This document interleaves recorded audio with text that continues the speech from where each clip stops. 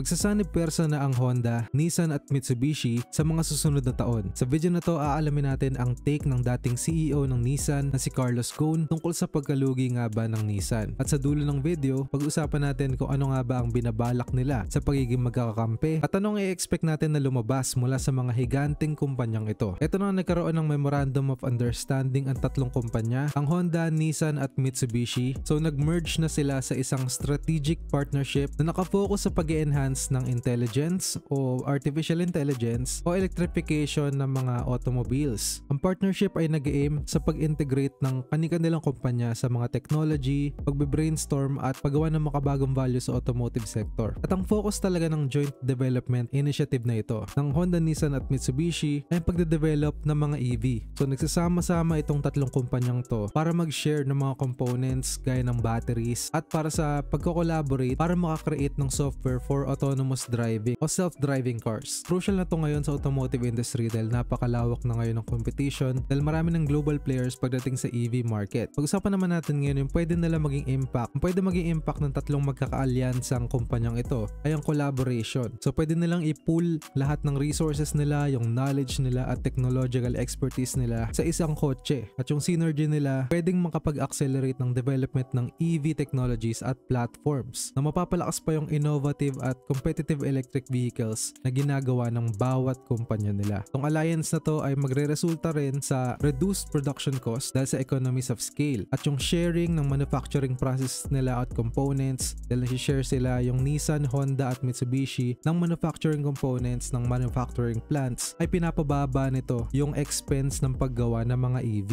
at ginagawa nitong mas affordable yung mga electric vehicles para sa mga consumers. At isa pa pag nag-merge itong tatlong kumpanyang to, meron silang joint research and development o R&D. So full power ng tatlong kumpanya ng Honda, Mitsubishi at Nissan na nagbe-brainstorm, nagre-research, nag-R&D para makapag-create ng mga bagong technology para sa mga kotse nila. So itong R&D efforts na to ay focus sa critical areas such as battery technology na mahalaga sa EV, yung charging infrastructure at autonomous driving systems. Papalakasin pa nila lalo sa bawat sasakyan na ginagawa nila. At ang collaborative approach nilang to ay nagpapabilis sa technology ng EV, lalo na nakafocus sila sa Japan. At dahil din nagsama-sama ang tatlong malalaking kumpanyang to, syempre nag-i-increase din yung market presence nila dahil meron silang distribution at leverage ng mga kotse nila sa nilang mga kumpanya. Madali nilang mailalabas yung mga bagong electric models nila sa murang halaga at sa iba't ibang distribution channels. Ina-emphasize din ng tatlong kumpanyang ito ang sustainability ng mga sasakyan, ang carbon neutrality at pagde-develop ng environmentally friendly technologies para i-promote ang cleaner transportation solutions. Basically, gusto rin nila maging competitive at makipag-compete sa papausbong ng electrification ng mga sasakyan, lalo na sa iba't ibang bansa. Balak din nila mag-form ng isang major automotive group. Hindi natin alam kung gagawa sila ng isang kumpanya na puro EV lang yung binebenta na merong capability ng Nissan, Honda at Mitsubishi sa isang kotse at gagawa sila ng parang Tesla, isang malaking automotive manufacturer pang buong mundo talaga. So exciting na makita natin yon dito sa tatlong to, sa Nissan, Honda at Mitsubishi. At nga pala ang combined production capacity nitong tatlong kumpanya ay over 8 million vehicles annually ang pwede nilang mailabas. So sa scale na to, mas malaki ang chance nila na makipag-compete sa mga higanting car manufacturer gaya ng Toyota, Volkswagen at sa ngayon sa BYD ng China. So on timeline nila sa potential business integration nila sa joint holding company ay ongoing pa at ang Mitsubishi Motors ay pina-finalize na ang participation nito ngayong January 2025. At kung successful yung pagsasanib pwersa nilang tatlo, ang integration na to ay pwedeng makomplete ngayong 2026 at sa mga susunod na taon makakakita tayo ng mga innovation at mga makabagong electric vehicles na ginawa nitong tatlong kumpanya na pinagsama-sama. So may hot take si Carlos Ghosn na CEO dati ng Nissan na alam naman natin na may controversy dito sa kumpanya na to dahil may ginawa siyang kakaiba at hocus-pocus dati nung chairman pa siya ng Nissan. So may konti lang siyang comment dito sa merging ng tatlong kumpanyang to. So dahil dumidikit daw ang Nissan sa Honda ngayon, kinriticize niya publicly ang merging ng Nissan at Honda at nilabel ito na desperate move daw ng Nissan sa video conference niya sa mga journalist dahil sa pabagsak na sales ng Nissan at job cuts ng Nissan. Alam daw ni Carlos na papalugi na ang Nissan kaya dumidikit ito sa iba't ibang kumpanya o para maging temporary solution dahil marami pa talagang problemang kinakaharap itong company ng Nissan ngayon. Pero sa tingin ko sinabi lang naman niya yun as comment dito sa Nissan at wala naman rin siyang magagawa dito. Okay, pag-usapan naman natin ngayon at iisa-isahin natin yung technology, yung key technology na pagtutulong-tulungan ng Honda, Mitsubishi at Nissan.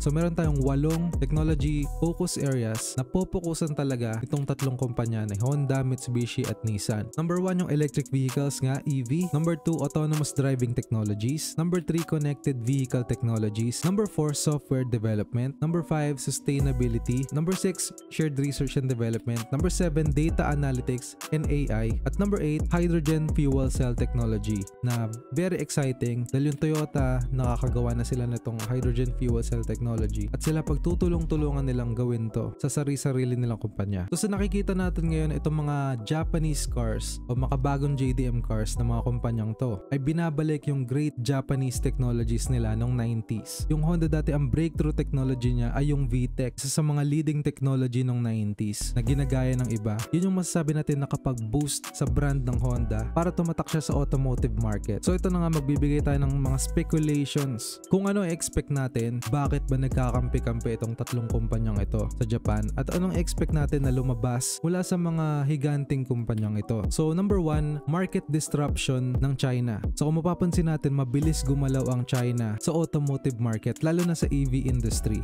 Napag-iiwanan na itong mga to. Ano ba yung pinaka-technology ng Honda? Honda Sensing. Napag-iiwanan na sila ng China. Pati yung United States siguro yung Toyota. Napag-iiwanan ng China. So nadi-disrupt na ng China yung EV industry ngayon. Sa kanila na halos ang manpower. Sobrang daming tao sa China. So marami silang manpower. Marami gumagawa. Maraming planta dun sa bansa nila. At tila ba hindi nauubos yung resources nila pagdating sa manufacturing. So yun yung pinagtutulong-tulungan nilang tatlo na mag-innovate, magkaroon ng EV innovation para talunin nila tong China. So hindi talaga sumusuko ang Japan. Hindi marunong sumuko ang mga Japanese. Lalo na yung government ng Japanese pagdating sa EV industry. So hindi sila papayag na hindi sila makasakay dito sa trend na to at hindi man lang sila makabaak dun sa mga consumers na gusto ng mga EV. Na mga murang EV, reliable na EV para gawin nilang daily. So nagawa sila talaga ng quality at affordable na mga sasakyan na fully electric. So gumagawa rin sila ng research and development etong tatlong kumpanyang to para bumatel sa Europe, America for Tesla. So nila yung technology on par talaga dito sa mga malalaking kumpanyang to. Mas papabilisin nila daw yung builds nila. Gagawa sila ng mga AI plants na may less human intervention sa pagmamanufacture ng mga sasakyan. At malay nyo, magkaroon din sila ng mga secret builds ng mga kotse. Mga artificial intelligent consumer cars o sports cars na artificial intelligence na kusa na nagdadrive ng sarili nila sa future na may power, efficiency at capability katulad ng mga JDM cars noong 90s. So yun yung nakikita ko kung bakit nagsama ang Honda, Mitsubishi at Nissan sa project na to. Ikaw, ano sa tingin mo? Ilagay mo sa baba kung anong masasabi mo at ipasa mo sa iba tong video kung nagustuhan mo. Salamat sa panonood. Mag-like at subscribe na for more contents na katulad nito. Salamat sa panonood!